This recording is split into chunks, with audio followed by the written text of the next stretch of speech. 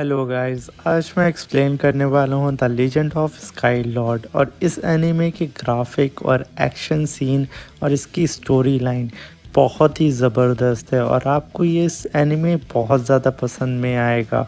तो यहाँ पे हम अपनी स्टोरी को स्टार्ट करते हैं।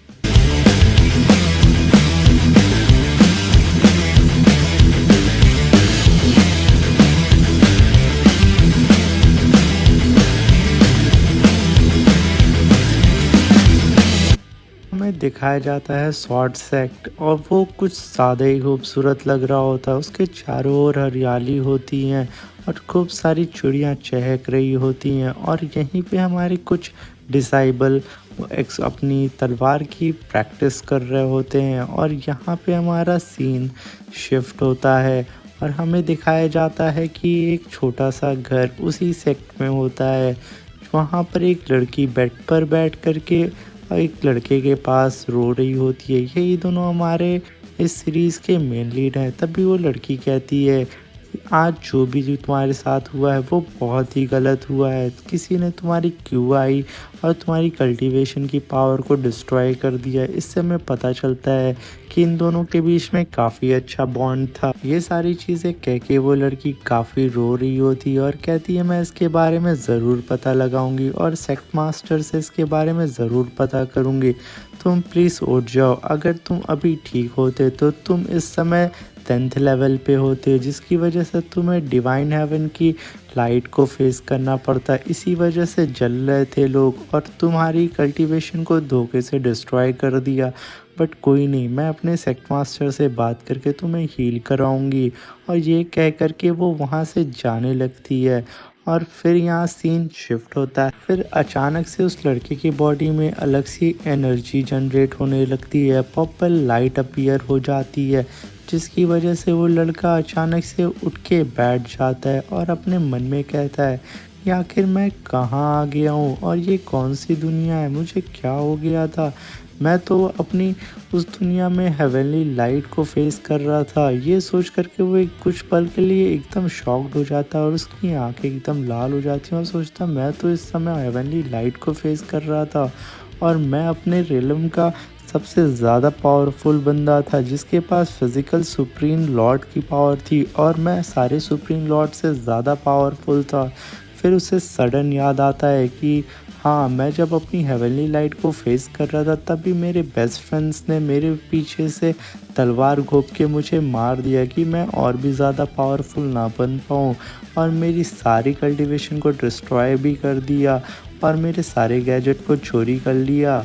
और फिर मरने के बाद शायद मेरी कोई सोल का एक हिस्सा इस दुनिया में आ गया हो और यहाँ पे आकर के इस बच्चे की बॉडी में आ गया हो। ये सोच करके वो उठ के अपनी बॉडी को देखने लगता है और कहता है कि ये बॉडी तो बहुत ज़्यादा वीक है, इसकी तो क्यूआई भी किसने इन्हें डिस्ट्रॉय कर दी है और ये तो अब कभी कल्टीवेट भी नहीं कर पाएगा। इतनी कमज़ोर बॉडी मुझे मिलनी थी। मैं आखिर अपना बदला कैसे लूँगा उन लोगों से जो कि हेवनली रेलम में बैठे हुए हैं। ये सोच करके वो एकदम गंभीर हो जाता है और अपने आप को देखना शुरू करता है। तभी वहाँ पे एक सडन लाइट अपीयर होती है जो कि एकदम बॉल की तरह होती है। उसे देख करके वो बंदा शॉक्ड हो जाता है और कहता है कि आखिर ये क्या चीज़ है। और मैं इसका नाम बता दूं आपको, इसका नाम रहता है ली। ली कहता है कि आखिर ये क्या चीज़ है जो मेरे अंदर से अपीयर हो रही है। और ये देख के ही वो शॉक में हो जाता है। फिर उसे याद आता है, अरे ये तो एक डिवाइन बॉडी है। मैं तो इसे वैसे ही सोचा था कि ये तो नॉर्मल बॉडी होगी, मगर ये तो डिवाइन बॉडी है। इसकी वजह से मुझे पिछली बार से कम मेहनत करनी होगी और मैं बहुत जल्दी सुप्रीम लॉर्ड के फर्स्ट लेवल पे पहुंच जाऊंगा। ये सोच कर के वो काफ़ी खुश हो रहा होता है और कहता है कि मैं बहुत जल्दी से इसे कल्टीवेट कर लूँगा और मुझे जिस हिसाब से मेरी पुरानी ज़िंदगी में मुझे जो भी चीज़ें सीखी थी वो भी मेरे लिए अब यहाँ पे काम आएंगी। मैं उस सारी नॉलेज को यहाँ पे यूज़ करूँगा और जल्द से जल्द पावरफुल बन के हेवनली रेलम में जा कर के अपना बदला लूँगा। और ये सोच कर के वो हँस रहा होता है और गॉड का शुक्रिया कर रहा होता है। तभी हमारा लीज डिवाइन बॉडी के बारे में बता रहा होता है, क्योंकि पुरानी ज़िंदगी में वो एक सुप्रीम लॉर्ड होता है, तो उसे इसके बारे में सब कुछ पता होता है। और वो बताता है कि ये डिवाइन बॉडी एक साथ 2 स्पिरिट को समन कर सकती है। और मेरी तो पुरानी लाइफ में जो मेरी बॉडी थी उसमें तो मैं सिर्फ एक ही स्पिरिट को समन कर पाता था, मगर ये बॉडी इतनी कमाल की है कि मैं एक साथ 2 स्पिरिट को समन कर सकता हूँ, क्योंकि ये बॉडी करोड़ों में एक है। और ये सोच कर के वो बहुत ज़्यादा खुश हो रहा होता है और कहता है कि मैं जल्द से जल्द कल्टीवेट करके उन दोनों स्पिरिट को समन करना सीख जाऊंगा, क्योंकि मेरे पास तो बहुत सारी नॉलेज भरी पड़ी हुई है अपनी पुरानी ज़िंदगी की वजह से। और फिर वो बंदा बैठ कर के लिए वहीं पे कल्टीवेशन करने लगता है और अपनी सारी इंजरी को हील करने लगता है, क्योंकि हमने देखा था कि जिसकी ये बॉडी रहती है वो बंदा मर चुका होता है और उसकी बॉडी में बहुत सी ज़्यादा इंजरीज रहती हैं। इस वजह से वो कल्टीवेशन करके इस बॉडी को हील कर रहा होता है और मन में कहता है अगर मेरे पास पुरानी ज़िंदगी के नॉलेज ना होते तो मैं इस बॉडी को कभी नहीं हील कर पाता, क्योंकि ये बहुत ज़्यादा डैमेज है। और फिर उसके ऊपर एक पर्पल लाइट अपीयर होती है और वो एक बार ब्रेक थ्रू भी कर जाता है और अपनी बॉडी को हील भी कर देता है। और उसके पास गजब का पर्पल ऑरा रिलीज़ होने लगता है, उसकी पावर कई गुना बढ़ जाती है। और फिर वो तुरंत ही एक स्लैश लगा के अपनी पावर को चेक करता है और अपने स्पेस ऑफ माइंड में वो गजब का स्लैश लगाता है, जिसकी वजह से चारों तरफ अंधेरा हो जाता है। तब भी वो अपने स्पेस ऑफ माइंड से बाहर आता है और उसे बाहर कुछ शोर सुनाई देता है और वो कहता है कि आखिर बाहर कौन होगा। तभी वहाँ कुछ लोग बात कर रहे होते हैं कि आज इस ली की तो फाइट होने वाली है हमारे सीनियर वोंग से, और इसकी तो कल्टीवेशन भी डिस्ट्रॉय हो चुकी है और आज तो ये मारा जाएगा। और वैसे भी इसे इसका तो इनर डिसेबल का जो बैच था वो भी मास्टर ने छीन लिया है, अब तो इसके पास ये घर भी नहीं रहेगा। ये कह कर के दोस्त सारे के सारे हंस रहे होते हैं और कहते हैं कि आज के मैच में तो मज़ा आएगा इसे पिटते हुए देख के, क्योंकि ये कुछ ज़्यादा ही पावरफुल था। मगर इसकी कल्टीवेशन के जाने के बाद ये एक कचरा हो चुका है। और ये कह कर के सब हंस रहे होते हैं और घर के अंदर आ जाते हैं। तभी वहाँ ली भी हमारा खड़ा रहता है और सोचता है कि आखिर ये सब कौन है। फिर वो लोग अंदर आके कहते हैं और कचड़े तुम कैसे हो, और इन लोगों को बिल्कुल भी आइडिया नहीं इसलिए की बॉडी में अब कोई और आ चुका है जो कि एक सुप्रीम लॉर्ड था और इसकी सारी पावर वापस आ चुकी हैं। मगर ये सब की बातों के अनजान होकर के वो लोग काफ़ी खड़ी खोटी उसे सुनाते हैं और कहते हैं आज तो तुम बहुत बुरा फंसे हो और काफ़ी ज़्यादा पिटोगे। ये सोच करके ली भी कहता है कि आखिर ये सब क्या हो रहा है, ये सब पागल हैं। तभी अरीना ग्राउंड का सीन दिखाया जाता है। वो ली हमारा एक साइड में खड़ा होता है और सारे डिसाइबल उसकी बुराई कर रहे होते हैं। तभी ली कहता है कि आखिर ये कैसी बॉडी में मैं आ गया जिसकी तो साथी भी इसकी बुराई करते हैं और सबके सब इसके खिलाफ हैं।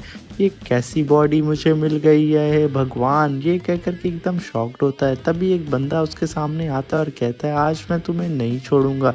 यही वोंग होता है, उसके पीछे खड़ा हुआ वो बंदा कहता है इसे जान से मत मारना, अगर तुमने इसे जान से मारा तो मिस ली तुम्हें जान से मार दे। तभी वोंग कहता है ठीक है मैं इस बात का ध्यान रखूंगा। तभी ली सोचता है कि आखिर लोग किसकी बात कर रहे हैं। तभी उसकी पुरानी मेमोरीज में उसे याद आता है जब ली 14 साल का था तो वो उसने किसी को बचाया था और वो लड़की को बचाने के लिए वो भालू के सामने कूद गया था। तभी वो दोनों एक दूसरे के बहुत करीब आ गए थे और उन दोनों ने बचपन में ही डिसाइड कर लिया था कि वो दोनों एक दूसरे के साथ ही रहेंगे।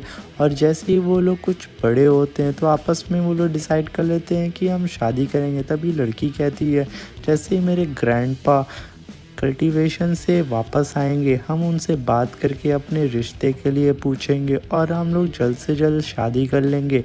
ये कह कर के वो दोनों खुश हो जाते हैं और एक दूसरे को देखते हैं एक पेड़ के नीचे बैठ के।